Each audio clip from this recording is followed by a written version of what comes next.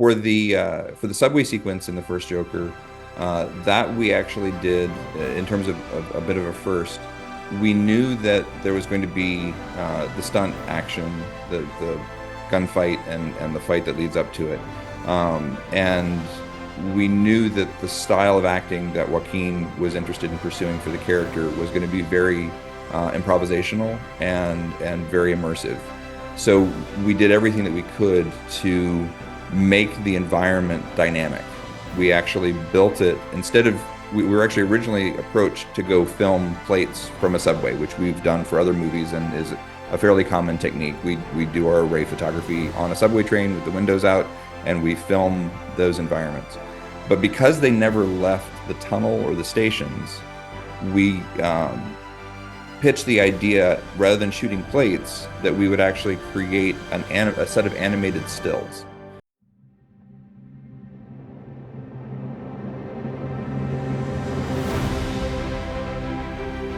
Thank you so much, David, for joining. It's totally different kind of an episode for us, which I'm glad that Janine got in Sure. touch with us. Speak to directors, production designers, visual effects, like you name it, right? But what you guys have started is along the same line, but it's not. So I think your Mhm. company's called PlatePros.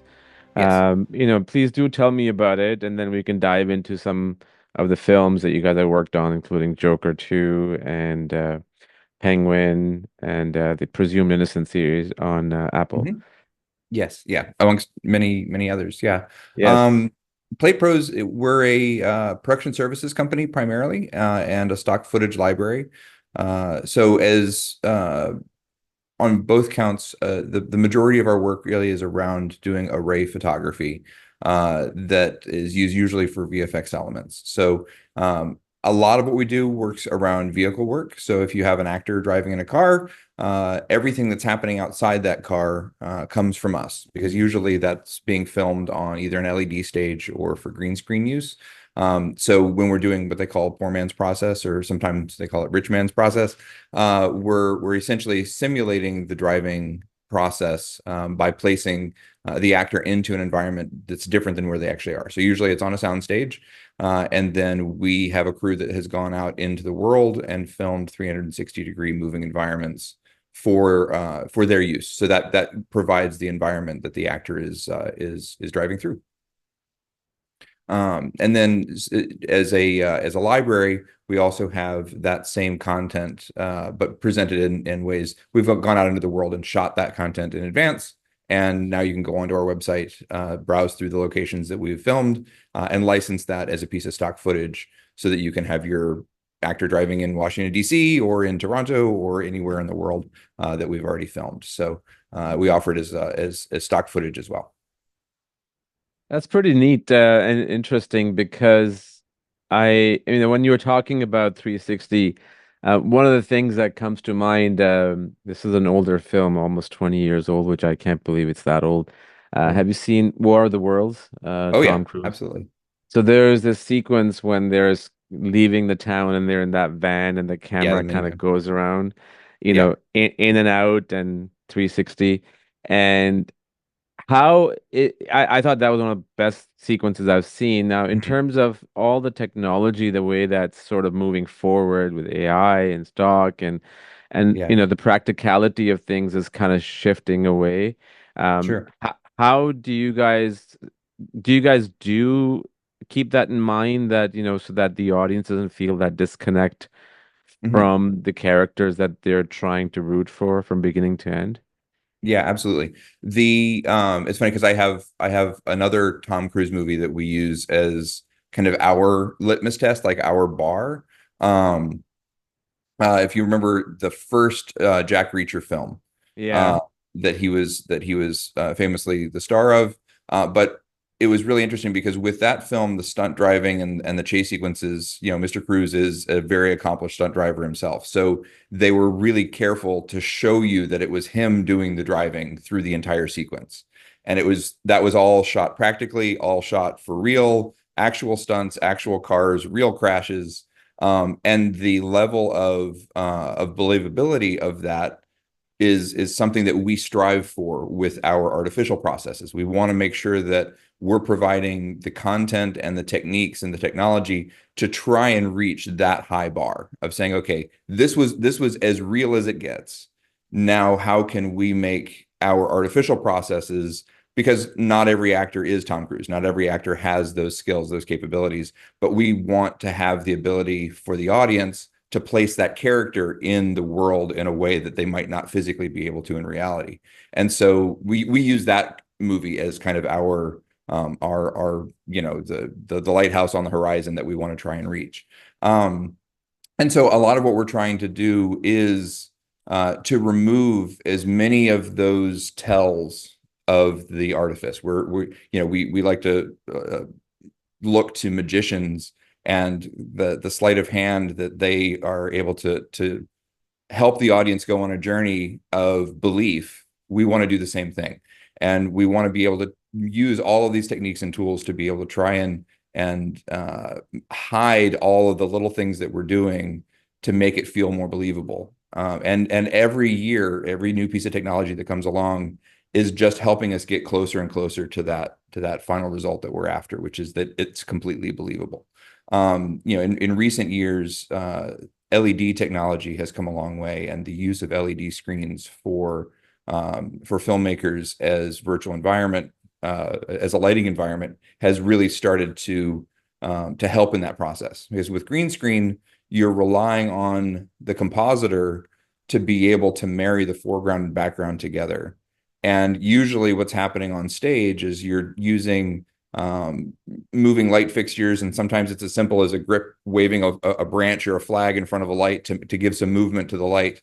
With LED now, we're actually able to light the scene with the plate itself. So if in the plate you're driving, and the plate is, when I say plate, I'm referring to the background image. That's the footage that we've provided. So that background footage, let's say you drove past a yellow street sign. On an LED stage, that yellow LED is going to move by, and you're going to get a ever so subtle yellow cast on the actor for that moment that it goes by. If you're driving past a big white truck, you'll feel that light. So we're actually lighting the actor with the plate. And so the light moves in the same way as it would have if we were shooting it practically. And that goes a Mm. long way towards helping to make it a much more believable end result, because you get the sense that the environment is actually impacting the character. And the actor now, instead of green screen where you're just looking into a big green void, you have the full 360 light environment of moving footage around you. So your eyes naturally will land on that, the young lady walking down the sidewalk. Well, maybe the actor's eye catches them as they drive by. Those little moments that would happen in reality oftentimes wouldn't happen on stage. Now with LED, that all of that believability, that subtle nuance starts to come back in again. That's interesting that, you talked about LED screens and they've only been around for less than 5, 6 years, maybe a little bit longer, but in terms of being They've more, been around for a while, but they've really gained popularity in that yeah, time. that they've become more popular in the last 6, 7 years. So, you look at the evolution of all this, right? So you have blue screen, green screen, visual effects in general, then you have LEDs, and now, Yeah, your technology. Obviously, everything changes over time. sure, Do you As you were talking, it just kind of the thought came to my head, okay, what's the next step, or for the next 10 steps where sure, we might be able to shoot movies where you create an environment similar to what you would see on Star Trek holodeck, sure, right? Like where you're actually in that time and space. Do you see that? I mean, obviously there's a lot of other elements involved, like science and, time and everything. Do you sure. see that being somewhat of a reality down the road where it will get to that point? Yeah, I mean, we're definitely seeing a lot of research and development, a lot of white papers, a lot of university research is moving toward what we're starting to call immersive entertainment. So where Yeah. you're able to um, essentially blend the worlds of what's become normal in video games and narrative filmmaking, and we're finding that the techniques of those two are merging. And so whether that's you as an audience member having the opportunity to enter into the world of the story, or for us as filmmakers to be able to leverage real-time video game capabilities to make a more immersive world for the performers to work within, even though we're still presenting it in a traditional linear format to the audience. So those techniques, I think there's two different ways that those ideas are starting to take hold in entertainment, and so things like the new headset from Apple, that where we're starting to see the idea of spatial computing, that we're bringing the virtual dimensional world into our physical world. That opens up some interesting creative possibilities for storytelling. So that's one whole branch, is how do we get the audience into the world of the story?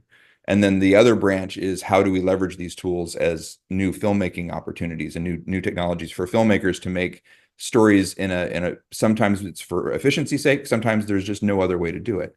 And so virtual production is the overarching term that's come to be popular for the filmmaker side of that equation. And so what's been interesting is seeing the techniques and technologies that were developed for immersive filmmaking. I'm sorry, for making immersive video, and finding ways to leverage those in production as well. And so virtual production really is kind of taking the immersive video, volumetric video, and video gaming, and all of those techniques, and finding ways to bring those to bear on set.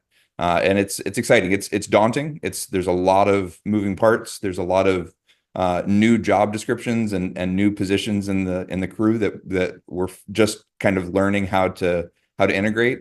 And you're seeing we're needing to bring a lot of technologists to bear in a creative field, and that's always a challenging negotiation. Somebody who's used to, coding all day and sitting behind a Right. terminal, you put them in the high stress, high pressure environment of a film set, and it's an interesting negotiation, and we have to navigate that as an industry.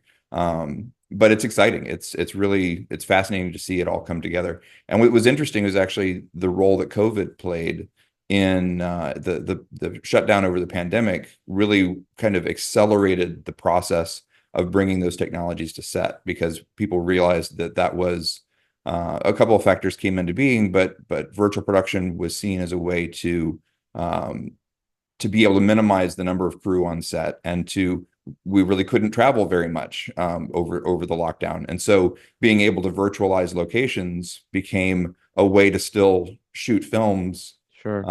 under those circumstances. And so pre-COVID, if you'd asked me how long I thought it was going to take for virtual production to take hold, I would have said 5 or 10 years. During COVID, that quickly turned into 10 to 12 months. Like it rapidly accelerated the process, because you also had a lot of people that were otherwise would have been on set, were now sitting at home trying to figure out the next thing to do. Yeah. And so even just home tinkering to figure out how to make virtual production work, all of that time that went into those thoughts is now paying dividends on set. Yeah. I find it interesting you talked about Apple VR headset. So I was, Mhm. I've tried it. I went to Apple Store 5, 6 months ago and I tried it out. It was interesting. I mean, it takes a while to get sort of used to it, but I was just Sure. watching this video on, I think it was on Instagram or one of the social media platform, where somebody had created an app, or they programmed certain thing where they basically showed what the person was what seeing. So Yeah. he or she were walking in the streets of New York. Now, this is the real environment they're walking in. And Mhm. as this person is walking, with a click of a button or whatever, everything changes. The same people are walking, their outfit changes, the Sure. environment changes. So it goes from 2024 to 1800s, then Mm. to some futuristic time, then it's snowing, then it's wind blowing, there's hurricane, there's tornado. And it's interesting that how we're heading in that. Obviously you don't feel that environment, right? Right. Because it's just visual, but that might come too. And then the question becomes, everything around us is not real. Sure. But does that, you know, we live in a very strange times right now, because if you go to YouTube, for example, or social media, and even now, if you look at the presidential elections, right, in general, which I Mhm. don't want to get into the politics of things, but Sure. from audience standpoint, people really like authenticity. Yeah. But then we have this other part of the world where, all the stuff that you're doing, a bunch of other companies are doing, not just in film, but in every aspect. How does that work where there's that and then there's this, and how do you bring those two together? Yeah, And you touched upon it, but I'm just speaking as an overall arch kind of a sure. question. I mean, I think for me, the connective tissue between those two disparate ideas is story.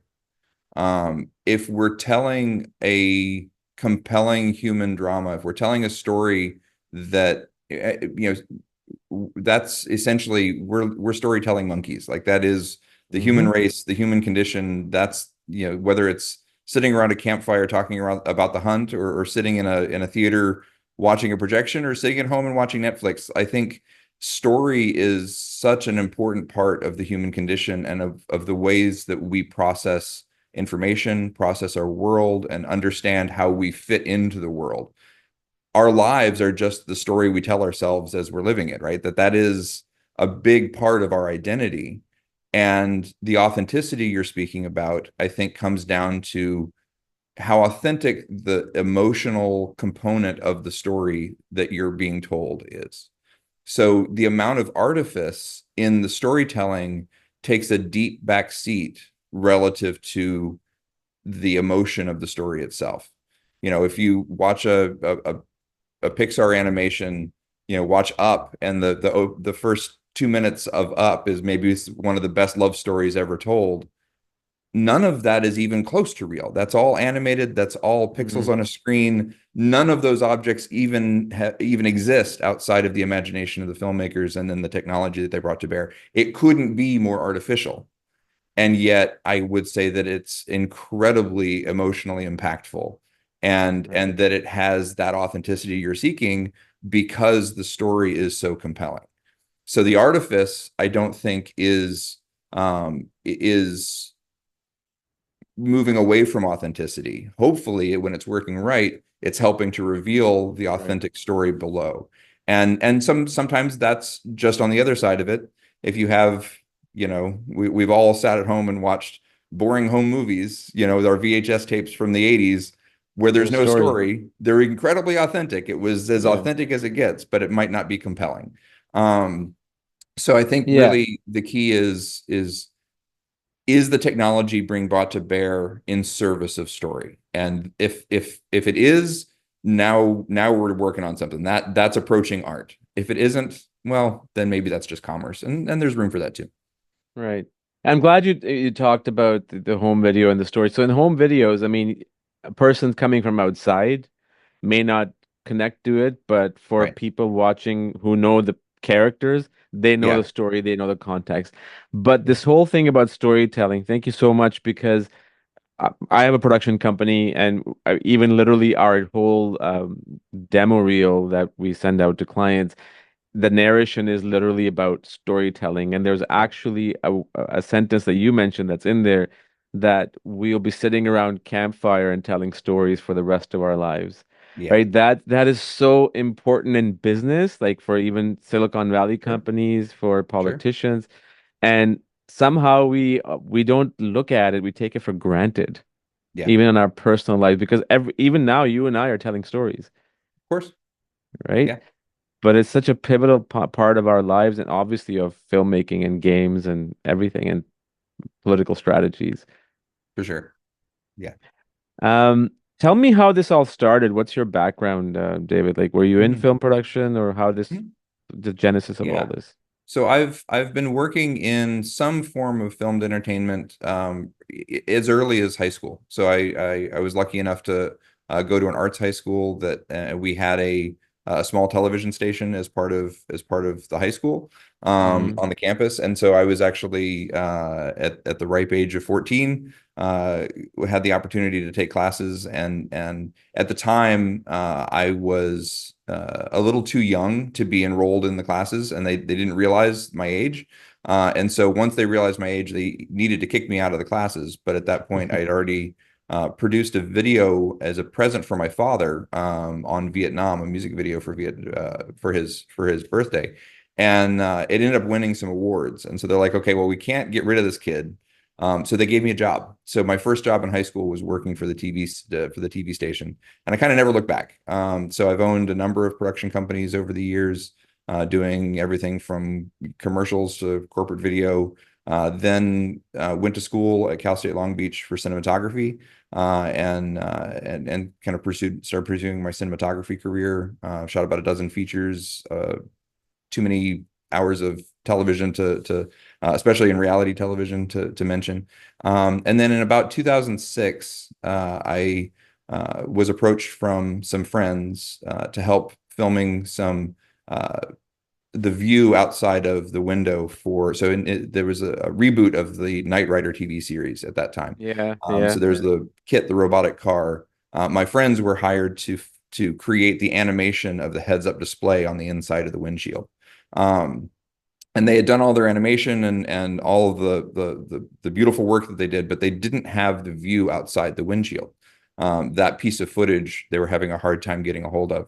And so they knew I had insurance, they knew I had a production company, they knew I knew how to shoot. They said, "Well, can you just go film that view outside the windshield so we can finish our work on the graphics?"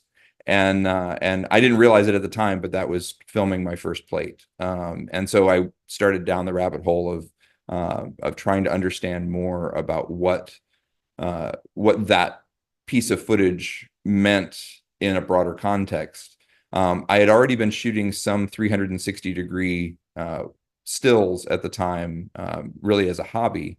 And over time, we started recognizing that there was an opportunity to bring 360 shooting techniques to the world of plate shooting. So we started recognizing, I realized that, okay, these plates are a thing that exists. And there's not a lot of people out there in the world creating them. And there was a lot of confusion about the best way to make them. So we just started kind of going down that rabbit hole, developed the technology, got a patent on it, formed a company around it, and the rest is history. So we basically then it was interesting because I had always measured as a cinematographer, the reach of my images was usually measured in thousands, tens of thousands, hundreds of thousands of viewers. And so once I got into the plate work, that was when I was able to move the decimal point. So that's when I became, now millions of viewers had seen at least a portion of my images. And so it's interesting because it's a very specific, unique little niche. There's not a lot of people that do what we do. And we're helping to set the environment. I approach it, as I mentioned, as from a storytelling perspective. For this specific use case, we're providing the environment, we're providing the location. And for some stories, that location is almost another character in the film. We want to help with the world building of placing that character within their story environment. And so even though it's a very niche specific little piece of the puzzle, we take a lot of pride in it, and we want to make sure that we're coming to it as filmmakers and storytellers, not just guys, slapping cameras on a car and driving around. So we try and approach it really with that storytelling mindset. Super. That's so cool. Thanks for sharing that, man. Um, if you can talk about some of the films that I mentioned the Joker Mhm. 2, The Penguin, Sure. Presumed Innocent, the new series, and many other titles. If you can just Mhm. name me some titles and then maybe pick one or two of your favorite that you guys Sure. have worked on and how you sort of helped the studio, the producers, the directors, Mhm. cinematographers in reaching their vision. Yeah, certainly the ones that you mentioned are some of the more recent ones of note. So we had a large role to play in the first Joker film. So we did the subway sequence, which was Oh. a fairly significant technical undertaking. That was as far as we know, an industry first in terms of the way that we created that, as well as all of the driving sequences on the bus. That was us as well, going across the Queensboro Bridge. And then we also came back to do all the driving work for the sequel as well. Um, and so and we had some technical firsts with the second film as well in terms of the way that we acquired the plates.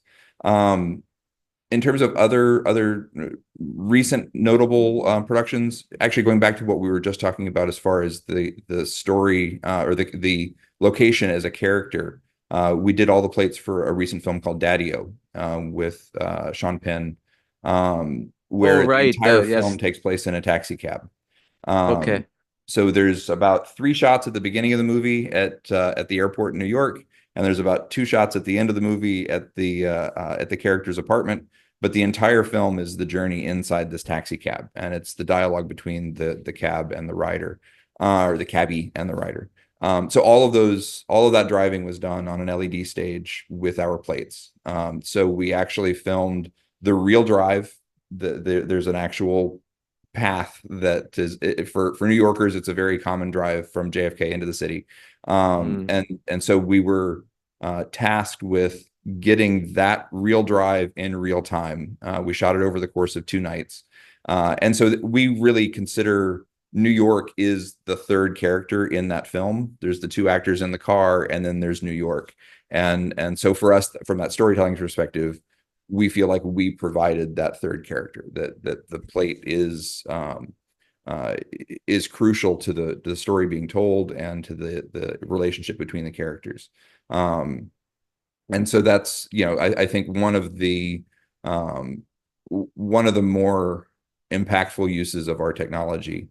And it's the amount of trust that the filmmakers placed in us. It's the entire film. Like, it's not a shot or a scene, Yeah. or even a reel of the film. The whole film is in the car, and the whole film is our plates. And so the amount of collaboration and trust and testing and the process that we had to go through to make that work was really collaborative and really inspiring. And I think the end result we're really happy with, proud of, and it's a good film. It's actually it's a very Yeah. interesting film. I haven't seen it yet, but I know exactly the movie you're talking about, Sean Penn, Dakota Yeah, Johnson. yeah, I remember when I watched the trailer, I mean, you could tell because the trailer literally takes place in the car that this movie is yeah, going to be special because it's just very, very focused on 2 characters and 2 actors that are carrying these characters, and it had to be something really, really powerful for the movie to be able to carry through from yeah. beginning to end without feeling bored. But I'm so glad you said what you said about, especially about Joker. I haven't seen the second Mhm. Joker. I was going to, Sure. but then obviously what happened with the film, Yeah, I decided to wait on yeah, it. But the sure. first Joker, that sequence when he's in the bus, right? Yeah, That's the moment that stands out to me the most, sure. like an iconic moment. Never could I have guessed in a million of years that that was not Queensbridge. Yeah. Yeah, I so mean, in that's terms of the amazing. authenticity that you're talking about, when it goes well, and when everybody is making the same movie at the same time, and all the elements come together, um, our hope is that our work disappears, that you would never imagine that Yeah. that wasn't an actual bus going across the bridge, or an actual train in the subway station. Like, that's when people don't know we were there, that's when I'm the happiest. Well, it's the invisible editing, art of invisible editing or art of invisible lighting, and and when you're immersed into characters and storytelling, and then everything else doesn't matter. Yeah, indeed. For the subway sequence in the first Joker, that we actually did in terms of a bit of a first. We knew that there was going to be the stunt action, the gunfight, and the fight that leads up to it. And we knew that the style of acting that Joaquin was interested in pursuing for the character was going to be very improvisational and very immersive. So we did everything that we could to make the environment dynamic. We actually built it instead of we were actually originally approached to go film plates from a subway, which we've done for other movies and is a fairly common technique. We do our array photography on a subway train with the windows out, and we film those environments. But because they never left the tunnel or the stations, we pitched the idea, rather than shooting plates, that we would actually create a set of animated stills. So we with the VFX team on the film, captured a bunch of still images of the interior of the tunnel, and the interior stations. And it's funny, the tunnel was actually the underside of an overpass that was I literally shot it with my cell phone on my way from my hotel to the stage. I would walk under this overpass, and the wall texture was really interesting, and that became the texture for the tunnel. Um, so we stitched together these very, very large panoramic images and then created transparency layers for depth and slid those stills in front of each other with a parallax effect. Very simple piece of math in a media server to make it look like they had dimensionality when in fact they don't. But because it was animated stills, we could tie all of that to a MIDI audio fader that turned into the throttle for the train. So we could give the director a physical slider that he could speed the train up and slow the train down, pull into the station and come to a stop, pull back out of the station and keep going, cue the trains that passed on either side, because the train on the other track, the story conceit was that when a train went by, it would cause the lights in our train to flicker. So all of that was cued live on the set to be able to match the action of the stunt, because the goal was to Wow. try and have the gunshot happen in a moment when that train had passed, our lights flickered, and then the gunshot went off in the moment that the lights were off. But we didn't want to have to try and have the actors sync their performance to the timing of the plate, which if we had photographed a normal plate, we would have hit play and that train would have passed 10 seconds later and the actors would have had to count down to figure that out. Instead, we could have the environment be performed by the gaffer, the cinematographer, and the director so that they could cue things to happen in the environment based on the timing of the performance rather than asking the performers to time off of the plate. And so we're as far as I know, that was the first time a dynamic environment of that scale had been used in a feature film. Now it's fairly common. Now that's virtual Right. production has advanced to a place where real-time rendering allows those kinds of dynamic environments to be much more common. But that was those were early days and really exciting. Right. Just to kind of wrap things up, David, what has it ever happened, or do you think it can happen, or it just shouldn't happen like that, where you have obviously the process is that you go out and shoot all these plates, right? Like 360-degree shots based on the script, based on everything. Now you're shooting the scene. Let's take, for example, Daddy-O or, Mhm. Joaquin Phoenix bus sequence or the subway sequence, Sure. and things are not the way you guys had anticipated, and there Mm. is some sort of discrepancy. Now, is the process that we go out again after the production is done and do those shots again and kind of merge them in, or do we just take a break and go do it and bring it back in and start again, if there is such a Sure. process?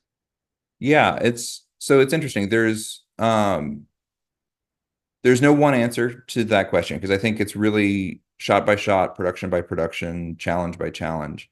What is interesting is that the the advent of virtual production as a on-set tool in the green screen world, all of that work and that final image wasn't visible until months after the shoot was done Mm-hmm. when the post process is, everything's edited and now we're going through compositing and that's when you learn whether or not things worked.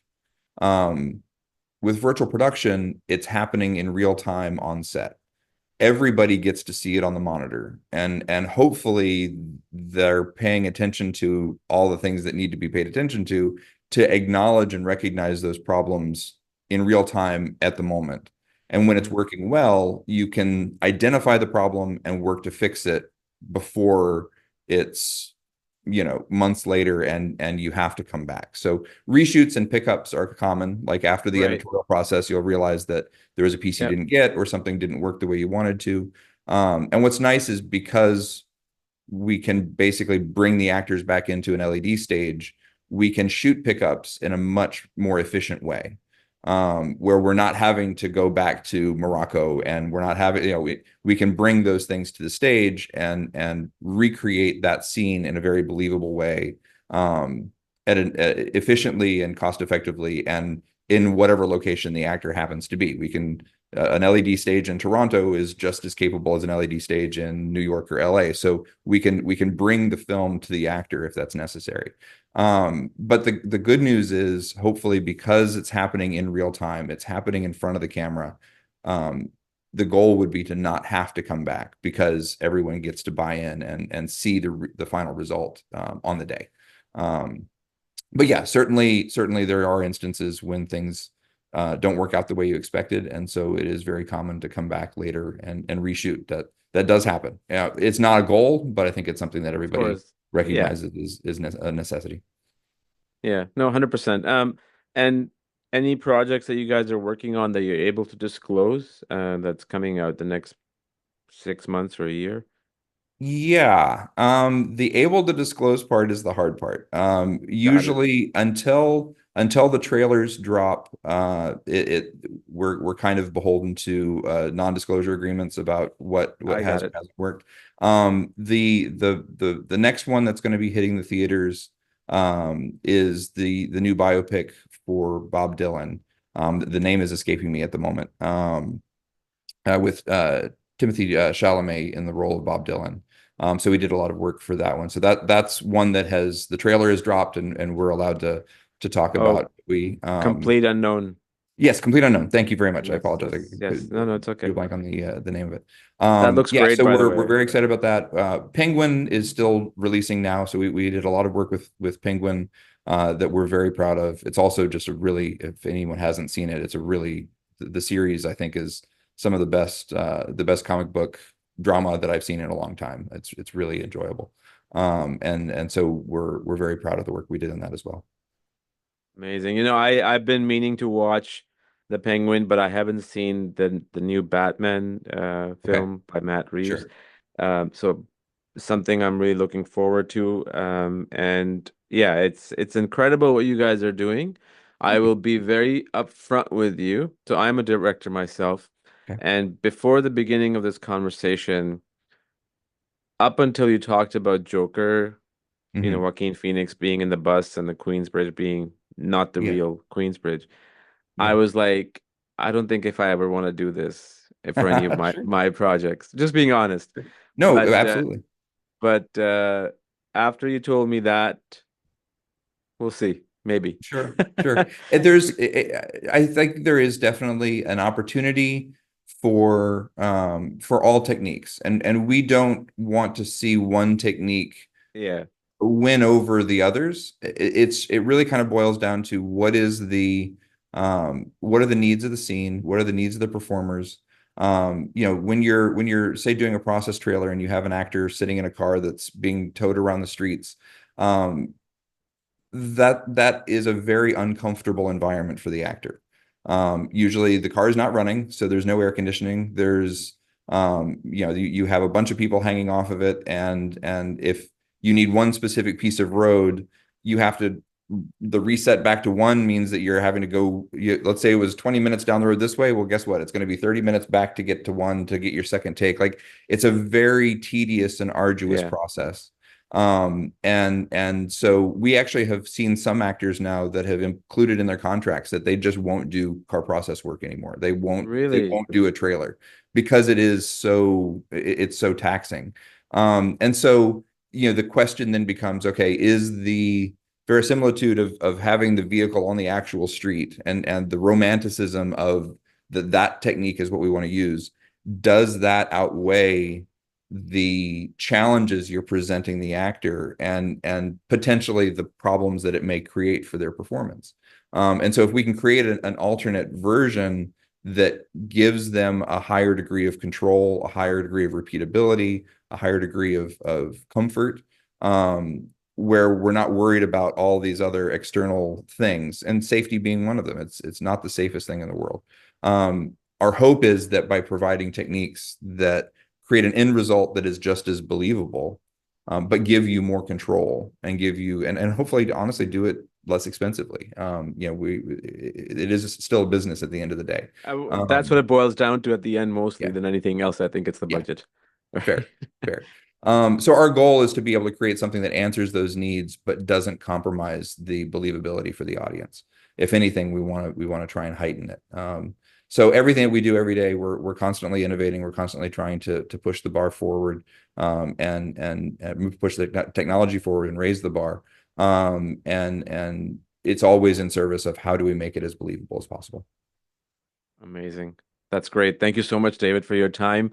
Of course. I would love to chat with you in the near future, whether it's about Completely Unknown or some other Sure. project that you're working on that you Sure. can't talk about. It'd be Yeah. lovely to hear the process and the behind the scene work of that. Indeed. Yeah, there's one that's going to be coming up. They just did a private screening of the trailer at Comic-Con.